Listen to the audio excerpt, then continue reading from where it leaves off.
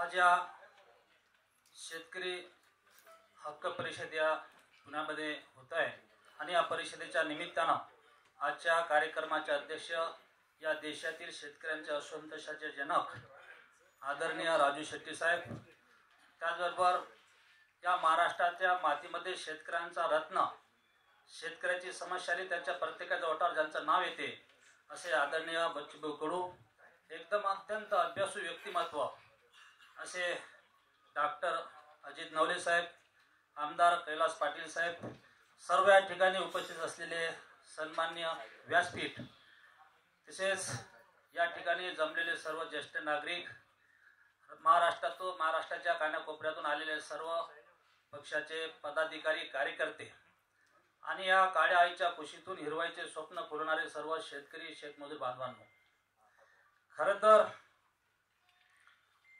आज मी या ठिकाणी संभाजीराजे छत्रपती यांचा प्रतिनिधी आणि आपल्या या ठिकाणी स्वराज्य पक्षाची भूमिका मांडण्यासाठी मी आपल्या सर्वांच्या समोर या ठिकाणी उभा आहे। दादांनी या ठिकाणी बोलताना सांगितलं की धंदे वाढले पाहिजेत, खरोखर बेरोजगारी प्रचंड वाढली आहे। मी तसा वास्तविक पाहता श्री संत गजानन महाराजांच्या शेगाव नगरीतून म्हणजेच विदर्भातून सर्वाधिक ज्या आत्महत्या शेतकऱ्या त्या ठिकाणी होतात त्या ठिकाणी या ठिकाणी आलो आहे।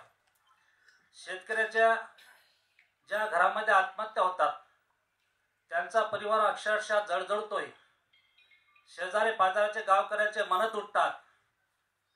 दररोज दादांनी आकडेवारी या ठिकाणी सांगितली की दररोज 7 ते 8 शेतकऱ्यांच्या आत्महत्या महाराष्ट्रामध्ये होतात।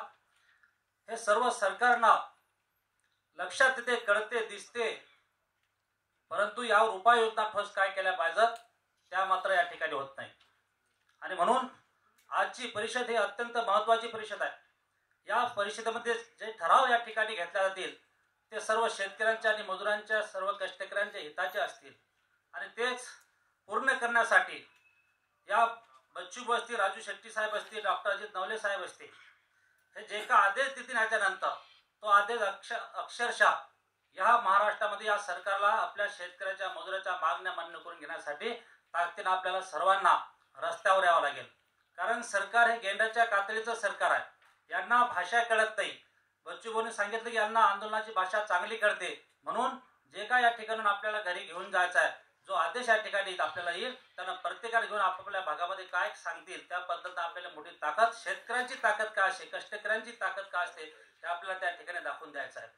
खरं तर मी एक शेतमजुरांचा मुलगा आहे, भूमिहीन एक गुंठा माझ्या घरी जमीन नाही।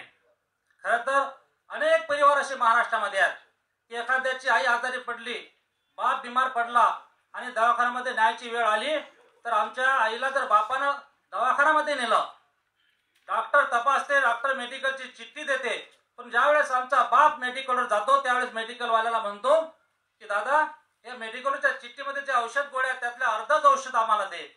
म्हणजे खरं जेवढं प्रेम आम्ही आमच्या आईवर करत नाही, जेवढं प्रेम आमच्या बापावर करत नाही, जेवढं प्रेम आम्ही आमच्या पोटच्या पोरावर करत नाही, एवढं प्रेम आपण अक्षरशः सोयाबीनवर करतो, कापसावर करतो, धानावर करतो। परंतु हे सरकार, हे फडणवीसचं भाजपचं सरकार मात्र शेतकऱ्याच्या शेतीमालाला भाव देत नाही। तो सुद्धा या ठिकाणी शेतीमालाला भाव वाढायचा ठराव सुद्धा या ठिकाणी झाला पाहिजे। त्याचबरोबर खरं तर शेतकऱ्यासाठी फार बिकट परिस्थिती आहे, शेतकऱ्यासाठी लढणारे माणसं फार कमी आहे। 2, 4, 5 माणसं या महाराष्ट्रामध्ये सोडले तर शेतकऱ्यासाठी, या कष्टासाठी लढणारा कोणी नाही आहे। आणि मजुराची परिस्थिती फार बिकट आहे, त्याची पुढची आहे।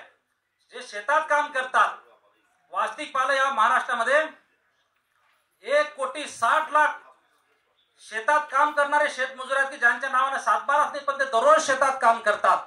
असा आकडा या महाराष्ट्रामध्ये 1,60,00,000 आहेत शेतात काम करणाऱ्या शेतमजुरांचा। परंतु मला या ठिकाणी आवर्जून सांगायचं आहे की एखाद्या शेतामध्ये एक शेतकरी असेल त्यांच्या नावाने 7-12 आहे आणि त्याच्या सोबतीला जर शेतमजूर असेल की ज्यांच्या नावाने 7-12 नाही, हे 2 लोक जर शेतामध्ये काम करत असतील तर अनेक घटना या शेतामध्ये काम करताना घडतात। कोणाला शॉक लागून मृत्यू होते, कोणाचा साप चावून मृत्यू होते, कोणाचा विहिरीत पडून मृत्यू होते, कोणाच्या अंगावर झाड पडते मृत्यू होते। पण अशा परिस्थितीमध्ये त्या दोघांचं जर कमी जास्त झालं तर हे सरकार शेतकऱ्याला थोडीफार मदत करते, बेल्यानंतर म्हणजे 1 लाख रुपये, परंतु त्याच्यासोबत जो काम करणारा शेतमजूर असते त्यांना मात्र हे सरकार 1 रुपयाची सुद्धा मदत करत नाही. दुसऱ्या बाजूनं शोकांतिका हे वाटते, आपल्या तालुक्यामध्ये जे जनावरं असतील त्यांच्या कानात बिल्ले आहेत, त्या जनावरांचं कमी जास्त झालं ते सरकार थोडीफार जनावरांना मदत देते, परंतु आणि त्यांची आकडेवारी सुद्धा त्यांच्याकडे आहे की किती जनावर या तालुक्याचे मृत्यू पावले, परंतु शेतात काम करणाऱ्या ज्यांच्या नावानं सातबारा नाही त्या मजुरांची आकडेवारी सुद्धा आजपर्यंत किती मजुरांचे बळी गेले, किती मजूर अपघातात मरण पावले याचा आकडा अजूनही या सरकारकडे नाही आहे. शोकांतिक आहे की अख्ख्या जगाची भूक भागवण्याचं काम आमचा बाप करतो, म्हणजे जनावर पुरले पण याच्या जगाची भूक भागवणारे आमचे शेतकरी बाप म्हणजे जनावरांपेक्षा खालची दशा या सरकारने अक्षरशः करून टाकले. वास्तविक पाहिलं मुंबई पुण्यासारखे जे मोठमोठे शहर आहेत, या शहरामध्ये अनेक लोक आहेत त्यांच्या नावाने सातबारा तिकडे जमीनच नाही आहे, ते कामगार लोक आहेत. त्या सर्व कामगारांना हे सरकार कामगार कल्याण महामंडळाच्या अंतर्गत सर्व सुविधा पुरवते. यांच्या या कामगाराचा काम करताना काही अपघात झाला, एखादा हात गेला, पाय गेला, ते सरकार त्यांना 1.5 लाख रुपयाची मदत देते. या कामगारांचा काम करताना मृत्यू झाला तर हे सरकार त्यांना 2 लाख रुपयाची मदत करते. या कामगाराच्या घरामध्ये एखादी आमची महिला बहीण असेल, त्यांची डिलिव्हरी असली तर सरकार 10,000 रुपयाची मदत देते नगदी स्वरूपात. सिजर झाला तर 20,000 देते. एवढंच नाही, दुर्धर आजार असतील त्या आजारावर सुद्धा हे सरकार 10,000 पासून तर 1 लाख रुपयाची नगदी स्वरूपात मदत देते. जे मुंबई पुणे शहरामध्ये जे काम करतात त्या कामगारांना. एवढंच नाही, ते सरकार त्या कामगाराच्या विद्यार्थी शाळेमध्ये त्यांना शैक्षणिक खर्च सुद्धा लावते. परंतु अख्ख्या जगाची भूक भागवणारा आमचा शेतकरी बाप जो शेतमजूर आहे त्यांना मात्र हे सरकार काहीच देत नाही. त्याने काम करताना मृत्यू झाला त्याला 1 रुपयाची मदत देत नाही. एवढी भयानक परिस्थिती आज महाराष्ट्रामध्ये निर्माण झालेली आहे. आणि म्हणून या शेतकरी हक्क परिषदेच्या माध्यमातून माझी एकच या ठिकाणी विनंती आहे की बच्चूभाऊ, जसं तुम्ही तुमचं दिव्यांगासाठी मंडळ स्थापन केलं त्याच पद्धतीनं या महाराष्ट्रामध्ये माझ्या शेतमजुरांसाठी या महाराष्ट्रात स्वतंत्र शेतमजूर कल्याण महामंडळ स्थापन झालं पाहिजे. हे आज या ठिकाणी ठरावामध्ये घेतलं पाहिजे, कारण तो महत्वाचा म्हणजे ज्वलंत विषय आहे. अनेक लोक असे आहेत, मजूर लोक असे आहेत, बाप काम करताना निघून जाते, परिवार उघड्यावर येते, त्यांचं म्हणजे पैशासाठी शिक्षण थांबते. अशा अनेक घरं अशी आहेत की त्यांचे मुलं बाळ सुद्धा रस्त्यावर होते. परंतु या सरकारला मात्र काही शिल्लक लाज राहिलेली नाही. खरं तर हत्याकांड गरिबांच्या होते, तुमचे रक्त का घोटत नाही? वस्त्या गरिबांच्या जाळल्या जातात, तुमच्या नयने अश्रू का दाटत नाही? अरे आमच्या गरिबांच्या मतावर तुम्ही राज्य करता, या राज्यकर्त्यांना लाज कशी वाटत नाही? यांना लाज कशी वाटत नाही म्हणायची वेळ आज या ठिकाणी आली. आणि म्हणून शेतकऱ्यांचा सातबारा कोरा झालाच पाहिजे. शेतकऱ्यांची संपूर्ण कर्जमाफी शिवाय दुसरा कोणताही पर्याय नाही. आणि दुसऱ्या बाजूला आम्हाला एक वेळ दुसरं काही अनुदान सबसिडी नसली तर चालते, परंतु शेतकऱ्यांच्या साठी संपूर्ण कर्जमाफी आता झाली पाहिजे. शेतीमालाला भाव मिळाला पाहिजे. 24 तास 20 त्यांना उपलब्ध करून दिले पाहिजे. आणि त्यात शेतकरी आत्महत्या कशा थांबतील त्यासाठी या सरकारनं सुद्धा ठोस उपाययोजना या ठिकाणी केल्या पाहिजेत. अशा पद्धतीच्या ठिकाणी आपल्या सर्वांच्या समोर मी माझं मत व्यक्त करतो. आपला जास्त वेळ नाही घेता येते थांबतो.